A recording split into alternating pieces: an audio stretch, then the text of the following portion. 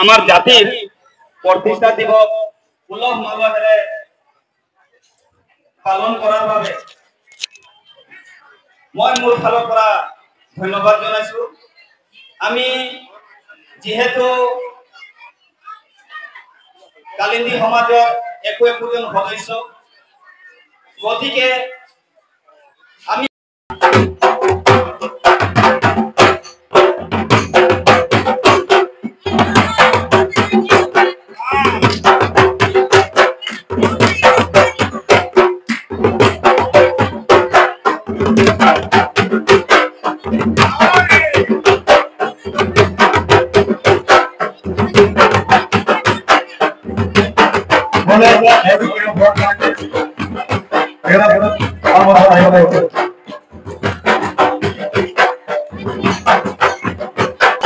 Akhola bangora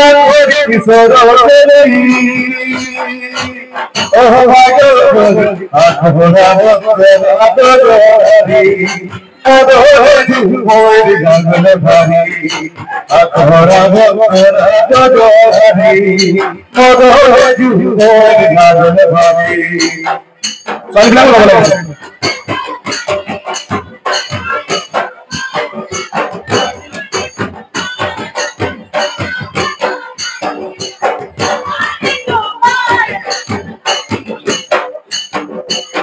Akhola bangora kisoro terei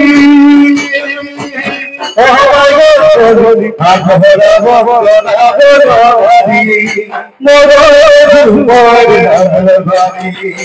akhola bangora adorari adorari moir gangan bhari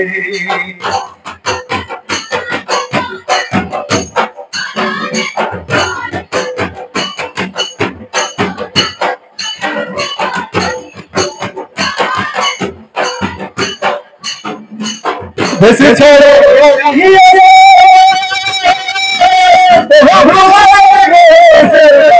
Assam desi gulab badai devi hamra badai devi hamra sara Assam desi gulab devi hamra badai devi hamra sara This is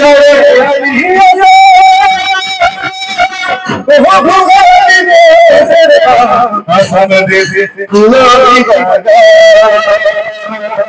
badai devi hamra badai devi hamra sara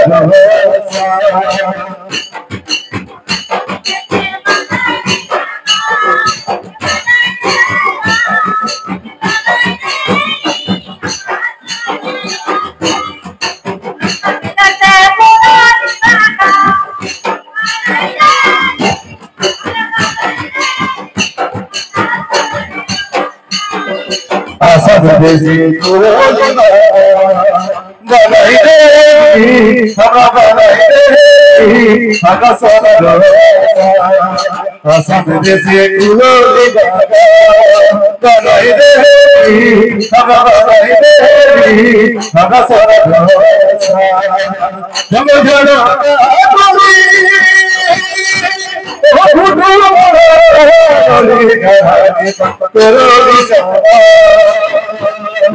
badai devi hamra badai devi hamra sara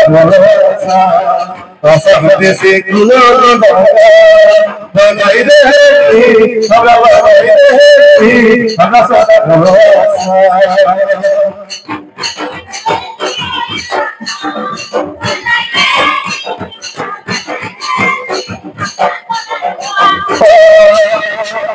badai devi hamra badai devi hamra sara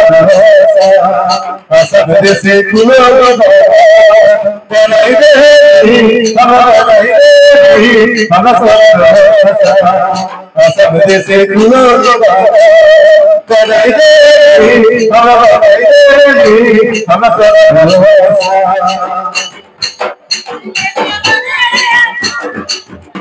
बस गए गलवा दो भागे আজকে লাই দোলা ভালো করিয়া দোলা সুখী মহলে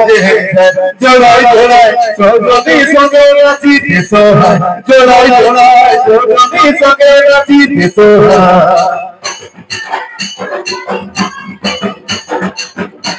চৌধুরী সঙ্গে নাচিতে সোহায় জোড়াই জোড়াই চৌধুরী সঙ্গে নাচিতে সোহায়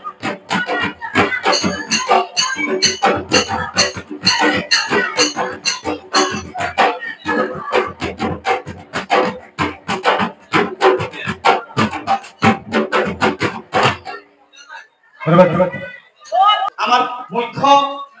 চিন্তা আমার এই জাতি কি করে আগায় যাব পারে তার একমাত্র পথ হইছে প্রথমে মুখ নিজক ঠিক হব লাগিব আমার জাতিক যদি সমাজক যদি ভাল কৰিব হয় তো প্রথমে নিজকে ভাল হব লাগিব মই প্রথমে ভাল হওয়ার পাছত মোর দাম্পত্য ভাল হব লাগিব মোর মাইকী মানুষও ভাল হব লাগিব মোর মাইকী মানুষ ভাল হওয়ার পাছত মোর লড়া ছোৱালী ভাল হব লাগিব মোৰ লড়া ছোৱালী ভাল হওয়াৰ পাছত আমাৰ এই পৰিয়ালটো চাই পেলাই মোৰ ওচৰ চুবুৰীয়া মানুহ ভাল হব এই ওচৰ চুবুৰীয়া ভাল হওয়ার পাছত আমার এই সমাজ এখন ভাল হব আর সমাজ এখন ভাল হওয়ার পাছত আমার রাষ্ট্র দেশ সকলো ভাল হব মোর বয়স খুব কম যেহেতু তার বারে মই বৰ বেশি ডাঙৰ বক্তি তো গতিকে মই এই আদৰণি ভাষণত মোক দিয়াৰ বাবে মই মোৰ অতিথক ধন্যবাদ জনাইছো আৰু পৰৱৰ্তী কাৰ্যসূচী চলাই যাবৰ বাবে মই এইখিনি সমূহ বক্তৃতা আপোনালোকৰ আগত ৰাখি মোৰ সমূহ বক্তৃতা এইখিনিতে সমাপ্ত কৰিছো আৰু সমাপ্ত কৰাৰ আগত মই সকলোৰে মুখৰ পৰা জয় ধ্বনি বিচাৰিছো অসম কালিন্দী সমাজ অসম কালিন্দী সমাজ ধন্যবাদ ধন্যবাদ জনাইছো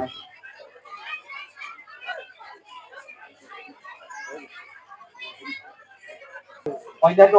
আঞ্চলিকৰ পৰা যেহেতুকে আমাৰ নৃত্য প্ৰদৰ্শন কৰিবৰ বাবে তেওঁলোকে সাজু হৈ আহিছে বুলি আমি বিশেষ ক্ষেত্ৰে গম পাইছো গতিকে এইবৰ বাবে আমি বিশেষ অনুৰোধ জনাইছো ঢুলীয়া নাচনী গায়ক আমি এটা ভাল সুন্দৰ ঝুমৰ নৃত্য আমি উপভোগ কৰিব পাওঁ ধন্যবাদ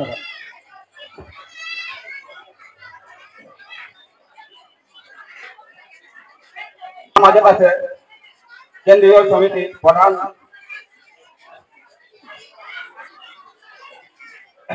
কেন্দ্ৰীয় সমিতি সাহিত্য সভাৰ প্ৰধান সম্পাদক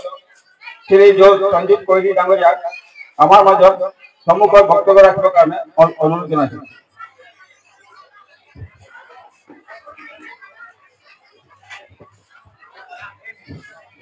সকলোকে নমস্কাৰ জনাইছো অসম কালন্দী সমাজ কল্যাণ পৰিষদৰ ৩৯ সংখ্যক প্ৰতিষ্ঠা দিৱসত আজি যি মুকলি সভাৰ কাৰ্য সমাজৰ শ্ৰদ্ধাৰ সভাপতি সম্পাদক কেন্দ্ৰীয় সমিতিৰ বিষয়ববীয়াসকল আৰু উপদেষ্টা সুৰেশ কালন্দী ডাঙৰীয়া আৰু আমাৰ এই ডিব্ৰুগড় জিলাৰ অন্তৰ্গত বিভিন্ন ঠাইৰ পৰা অহা কালন্দী সমাজৰ বিশিষ্ট ব্যক্তিসকল সমাজৰ বৰবৰীয়াসকল আই মাতৃসকল বাই ভনীসকল আৰু আমি বকৰা চাহ বাগিচাৰ ভাতৃপ্ৰতিম প্ৰণৱ তাঁতী ডাঙৰীয়া আৰু মঞ্চৰ সন্মুখত আসন গ্ৰহণ কৰি থকা এই ব্যক্তিলৈ মোৰ আন্তৰিক শ্ৰদ্ধা জনাইছো আচলতে আমি সকলোৰে নাম আপোনালোকৰ আগত ল'ব পৰা নাই কিন্তু মঞ্চত অংশগ্ৰহণ কৰা সকলোকে অসম চাহ জনগোষ্ঠী সাহিত্য সভা তৰফৰ পৰা আন্তৰিক শুভেচ্ছা জনাইছো বিশেষকৈ এই মহান অনুষ্ঠানটিত উপস্থিত থাকিবলৈ পাই বা অংশগ্ৰহণ কৰাৰ সুযোগ লাভ কৰাত মই আনন্দিত হৈছো আৰু অসমৰ চাহ জনগোষ্ঠীৰ বিভিন্ন বা এই জনগোষ্ঠীটোৰ ১০০ৰো অধিক জাতি উপজাতিৰ যি কালন্দী সমাজৰ ৩৯টা বছৰ অতিক্ৰম কৰিলে আজি ৩৯ বছৰত ভৰি দিছে যে সমাজখন সংগঠিত হোৱাৰ এই 39টা বছৰে আপোনালোকে দেখি আহিছে যে সমাজখন কেনেকৈ আগবাঢ়িছে বা সমাজখন কেনেকৈ গঠন হৈছে। আপোনালোকে নিশ্চয় এটা কথা অনুভৱ কৰে যে আজিৰ এই দিনটোত আমি যে উপস্থিত হৈছো আপোনালোকৰ আগত বা আপোনালোক সকলোৱে একত্ৰিত হৈছে এই দিনটোক আনিবৰ বাবে এই 39 বছৰত যদি আমি আগলৈ যাওঁ বা 39 বছৰত যিদিনাখনেই প্ৰতিষ্ঠা লাভ কৰিছিল সেই দিনাখন এই সমাজৰ কেইবাগৰাকী বিশিষ্ট ব্যক্তি বা সমাজৰ চিন্তা কৰা ব্যক্তিসকলৰ মনৰ মাজত এটা চিন্তাৰ হয়তো উদয় হৈ যেতিয়া ঘৰত সৰুকৈ যেতিয়া পূজা পাতল কৰিছিল বা যিখিনি নীতি নিয়ম পালন কৰিছিল সেই নীতি নিয়মবোৰ কিমান সলনি হৈছে আৰু সেই নীতি নিয়মবোৰ আমি কিমান ধৰি ৰাখিব পাৰিছো বা আমাৰ ল'ৰা ছোৱালী এই যে শিক্ষা দীক্ষাৰ প্ৰতি আগুৱাই গৈছে এই আগুৱাই যাওঁতে এই ৰীতি নীতি পৰম্পৰাবোৰ কেনেকৈ পৰিৱৰ্তন হৈছে এই কথাখিনি হয়তো আপোনালোকে নিজেই মনতে অনুভৱ কৰিছে বা ধৰা নিজেই ভাবছে চিন্তা কৰতে পাৰছি যে এই সমাজেৰ ৰীতি নীতি বা নিয়ম বিলাক কিৰকম সলনি হৈ যাহে আৰু বহু নীতি নিয়ম আমাদের মাঝে তো আমরা দেখা যায় যে আমাদের সমাজে কিছুমান অপসংস্কৃতিও আহে মানে আমাদের কিছুমান বেয়া দিকও আহে ও বেয়া দিকগুলোর প্রতি আমরা যদি সচেতন হয় বা ও বেয়া দিকগুলো আমাদের সমাজে কিরকম ধরনের আমরা বুঝাই দিতে পারি বা দূর করে দিতে পারি ও দিকগুলো কিন্তু উঠে অহা প্রজন্মই আমরা চিন্তা করবলগীয়া দরকার। এখন সংশোধন হয়েছে কিন্তু এই সমাজগুলো কিয় গঠন করা হয় বা সমাজবোৰে আমাৰ জাতিটো কেনেকৈ আগুৱাই লৈ যাব এই কথাবোৰ কিন্তু আমি চিন্তা কৰা দৰকাৰ। সমাজ এখনত আমি একত্ৰিত হৈ থকা কাৰণ হ'ল যে আমি শিক্ষাৰ দিশত যদি আমি পঢ়াৰ দিশত আগবঢ়াই লৈ যাওঁ তেতিয়াহে আমাৰ সমাজ আগবাঢ়ি যাব। আপোনালোকে নিশ্চয় জানে যে এই অঞ্চলৰ এগৰাকী বিশিষ্ট সাহিত্যিক বা চাহ জনগোষ্ঠীৰ প্ৰথমগৰাকী সাহিত্যিক পেঞ্চনাৰ মেঘৰাজ কৰ্মকাৰ তেখেতৰ নাম এইকাৰণেই সোঁৱৰিছো যে তেখেতে এই ডিব্ৰুগড় অঞ্চলতে তেখেতৰ জন্ম হৈছিল আৰু সমাজ জীৱনলৈ অসমীয়া সমাজ জীৱনলৈ তেখেতে বৃহত্তৰ অৱদান আগবঢ়াই গৈছে। আমি তেখেতৰ আৰ্হি হিচাপে এই অঞ্চলটোৰ পৰা কিমানজন লোক বা কিমানজন শিক্ষিত লোক আগবাঢ়ি আহিছে বা কিমানজনক আমি উলিয়াই দিব পাৰিছো এই কথাটো আমি কিন্তু চিন্তা কৰিব লাগিব। আমি প্ৰত্যেকে এটা কথা চিন্তা কৰিব লাগিব যে নৱ প্ৰজন্মক আমি শৈক্ষিক দিশত কেনেকৈ আগবঢ়াই লৈ গৈছো বা আমি প্ৰজন্মক কেনেকুৱা ধৰণে শিক্ষা দিব পাৰিছো। আমি অভিভাৱকসকল বা আমাদের মায়ে বাপ গুলা কেতনা বড় সচেতন হতে যে আমাদের লড়াটা স্কুল চাহে কি পড়ছে কি নাই আর কি কম ধরনের পড়ছে এই কথাগুলা কিন্তু আমরা বহুত ধরনের চিন্তা করবলগীয়া দরকার। কারণ একটা লড়া বা ছোৱালীকে যদি ছোট সময়ে যদি ওকে উচিত শিক্ষা দিয়া নাই হয় ও ডাঙর হলে হয়তো ও শিক্ষাটার পৰা বঞ্চিত হবে বা ডাঙৰ হলে ও আৰ নিজেৰ জীবনেৰ একটা সঠিক ৰাস্তা বা ভাল পথ বা যন্তা পথে আগুৱাই গেলে জীবনের সফলতা পাবে ও পন্থা হয়তো চিন্তা করে নাই পাবে। ওই কারণে আমাদের একটা প্রধান আর মূল কর্তব্য হইল যে আমাদের ল'ৰা ছোৱালীকে সৰু অৱস্থায় হাতে শৈক্ষিক দিশে আগুৱাই লৈ যাব পাৰো। আৰু আপোনালোকে নিশ্চয় জানে যে শিশুসকলৰ মানসিক বিকাশ মানে আমাদের যন্ত্র মগজের বিকাশ ওটা আমাদের ছোটকালে বেশি হয়। ওই কারণে আমাদের ছোটকালে যোনগুলা কথা শিকা হয় বা যোনগুলা আমাদেরকে করতে দিয়া হয় ও কামগুলা কিন্তু আমরা খুব ভালকে করতে পারা হয়। তো একটা কথা ধরা হিয়ালে হয়তো এই 39 সংখ্যক প্রতিষ্ঠা দিবসে ধরা একটা কথা চিন্তা করো যে আমাদের ল'ৰা ছোৱালীগুলাকে কি কম ধরনের আমরা শৈক্ষিক ক্ষেত্রে আগবঢ়াই লিখব আমাদের সমাজের যোনগুলা রীতিনীতি পরম্পরা এই পরম্পরাগুলাকে আমরা সুন্দর রূপে কি কম আগবঢ়াই লিখতে পারবো এইগুলা যাতে আমরা সঠিকভাবে আগবঢ়াই লৈ যেতে পারি আর আমাদের সমাজের যোনগুলা অন্ধবিশ্বাস কুসংস্কার আহে এইগুলা আমরা কি কম দূর করতে পারবো এই দিকে কিন্তু আমরা চিন্তা চর্চা করা প্রয়োজন আহে। আরেকটা কথা অপ্রিয় হলেও সঁচা যে বর্তমান সময়ে আমরা বিজ্ঞান প্রযুক্তিবিদ্যা আগুৱাই যায় কিন্তু আমাদের বিজ্ঞান প্রযুক্তিবিদ্যায়ও আমরা কি কম ধরনের সময়ের অপব্যবহার করছে। আমাদের সময়ের অপব্যবহার করা নিশ্চয় বুঝে পাই যে আমাদের সময়ের অপব্যবহার গুলা কি কম হয় বহুত কিন্তু এখন টিভিলেও আমাদের হাতে হাতে যোনগুলা মোবাইল ঘুরছে এইগুলা কিন্তু আমাকে সময়ের অপব্যবহারও করছে আর কিছু কিছু সময় আমাকে বুবা করে রাখে মানে বুবা মানে বলতে নাই পারে কেউ বা কি কম মানে আসল কথা আমাদের ওয়ার সঙ্গে এটাই সংযুক্ত হয়ে যায় বা এটাই ঢুকে যায় যে আমরা আসলে কথা বলতে নাই জানা রকম হয়ে যায়। তো এই দিকগুলাকে পড়াও কিন্তু আমরা চিন্তা করবলগীয়া দরকার আছে কারণ আধুনিক প্রযুক্তিবিদ্যার এরকম ধরনের আমাকে মানুষগুলাকে বা আমাদের সমাজ ব্যবস্থাকে আগুৱাই লৈছে এই ব্যবস্থালৈ হাতে হয়তো নিকলে আসতে নাই পারবো কিন্তু এই ব্যবস্থার মাঝে আমাদের সমাজের যোনগুলা ভাল দিক আহে যোনগুলা আমাদের করণীয় দিক আহে এইগুলা কিরকম ধরনের আমরা প্রচার করতে পারি ও কথাগুলা চিন্তা করবো লাগবে। কারণ সরু ল'ৰা ছোৱালীগুলাকে আমরা কিরকম ধরনের ওদের শিক্ষার দিকগুলা আমরা খুব আকর্ষণীয় রূপে যদি আমরা মোবাইলের জড়িয়েও যদি আমরা বিয়পাই দিতে পারি তখন কিন্তু আমাদের সমাজের কামে আসবে। আমরা নিশ্চয় দেখছি এখন বহু উঠে অহা যুৱক যুৱতী আহে ওরা যোনগুলা আর তাদের মানে আসল কথা এই জনগোষ্ঠী তার একটা অঙ্গ আমাদের বিভিন্ন জাতি জনজাতি বা জাতি উপজাতি গুলা নিয়ে করে আমাদের একটা বৃহত্তর শাহ জনগোষ্ঠী কেউ আদিবাসী বলে আসল কথা মূল ঢাল একেটাই আমরা ব্রিটিশে হৌ তাহানিতে বিভিন্ন রাজ্যলে ভারতের বিভিন্ন রাজ্যলে বা প্রান্তলে আমাদেরকে অসমে আনি হয় আর একটা কথা আমি অপ্রিয় হলেও বলবো যে আমাদের শাহ জনগোষ্ঠীর জাতিটা আটাইতকৈ পরিশ্রমী জাতি আর সফল জাতি এই কারণে বলছি যে ব্রিটিশে যখন আমাদের এখানে চা খেতি করতে আনি রহে চা খেতি করবার আনবার সময় কিন্তু আমাদের মানুষগুলো সোনার আসাম গড়লো পৃথিবীর কত কোনো দেশে এটা উদাহরণ রাখো যে এরকম একটা ডাঙর ইন্ডাস্ট্রি বা উদ্যোগ একটা মানে জনসমষ্টিয়ে গড় দিল তো এই কারণে আমাদের এই পরিশ্রমী জাতিটা বা এই সফল জাতিটা বিভিন্ন ক্ষেত্রে আগুৱাই যেতে পারে আসল কথা মনে একটা দৃঢ় সংকল্প লিব লাগে বা এই প্রতিষ্ঠা দিবসের দিনাই ধরাই একটা সংকল্প লেও যে আমাদের জনগিলা জায়গায় আহে গাঁও আহে বাগান আহে আমরা 39টাকে বা 2 কোটিকে লড়া ছোৱালী আমৰা শিক্ষিত শিক্ষাৰ দিকে আগুৱাই লিখব বা ওরা আমরা পড়াশোনার দিকে গুরুত্ব দিব বা ওরা আমাদের পড়াশোনার দিকে নিকলাই লিয়ে যাব আমাদের জনগুলা ধর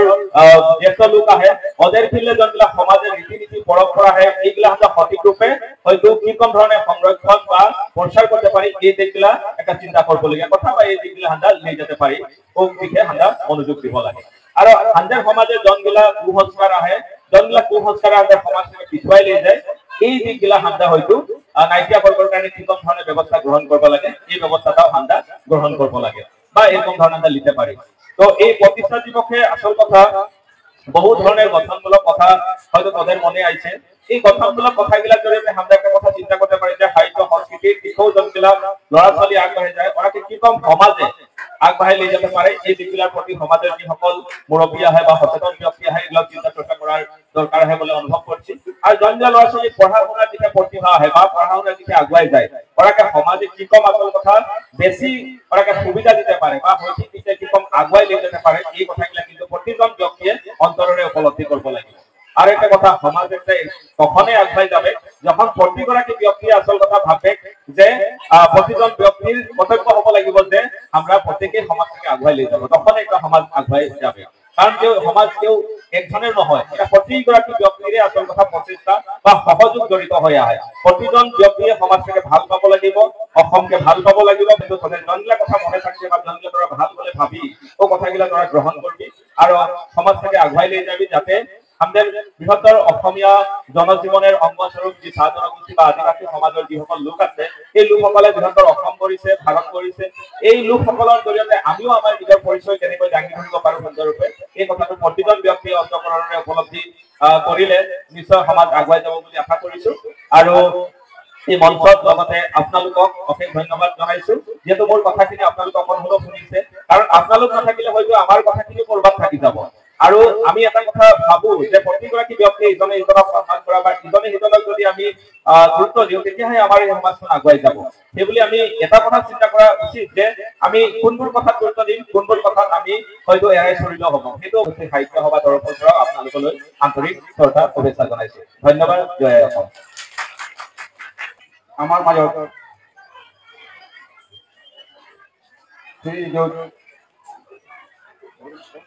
আমাৰ মাজত শ্ৰীযুত সঞ্জীৱ কালনী ডাঙৰীয়াই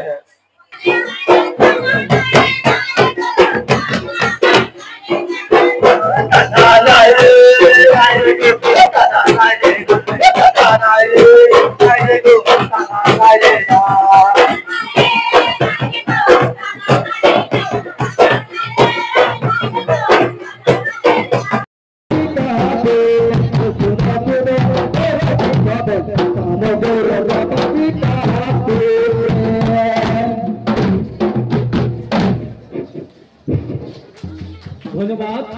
আমাৰ মৰাণ আঞ্চলিকে ধুনীয়া নৃত্য প্ৰদৰ্শন কৰাৰ বাবে ধন্যবাদ জনাইছোঁ কিন্তু তেখেতলোকক মই বিশেষ এটা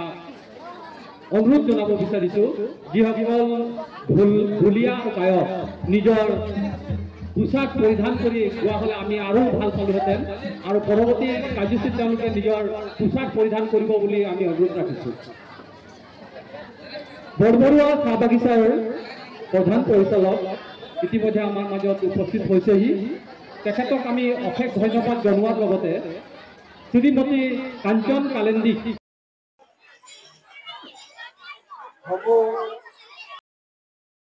চাহ বাগিচাৰ সুনীল কালান্দী গাঁওবুঢ়া সুনীল কালান্দী মঞ্চত আহিবৰ বাবে অনুৰোধ জনোৱা হৈছে।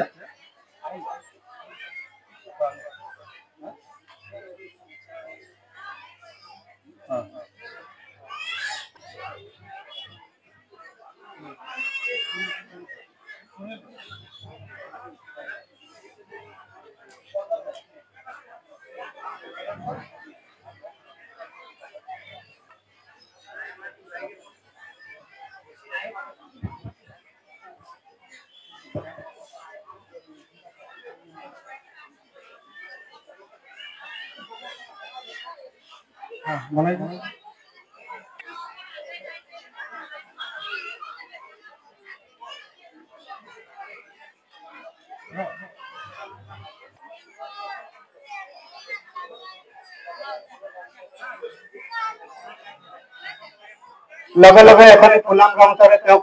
সম্বৰ্ধনা জনাবলৈ মই অনুৰোধ কৰিছো। ইয়াৰ পাছতে আমাৰ মাজত উপস্থিত আছে অগ্ৰগণ কালিন্দী সমাজ কল্যাণ পৰিষদৰ ডিব্ৰুগড় জিলা সমিতিৰ শিক্ষা আৰু সাহিত্য সম্পাদক শ্ৰীযুত অবিনাশ কালিন্দী ডাঙৰীয়া। তেওঁকে এখন ফুলাম গামোচাৰে সম্বৰ্ধনা জনাবলৈ মই উদ্যোক্তাসকলক অনুৰোধ জনালো। ইয়াৰ পাছতে আমাৰ মাজত উপস্থিত আছে অগ্ৰগণ কালিন্দী সমাজ কল্যাণ পৰিষদ ডিব্ৰুগড় জিলা সমিতিৰ সহকাৰী সাধাৰণ সম্পাদক বগৰাম কালিন্দী ডাঙৰীয়া। তেওঁকে এখন ফুলাম গামোচাৰে সম্বৰ্ধনা জনাবলৈ মই উদ্যোক্তাসকলক অনুৰোধ জনালো।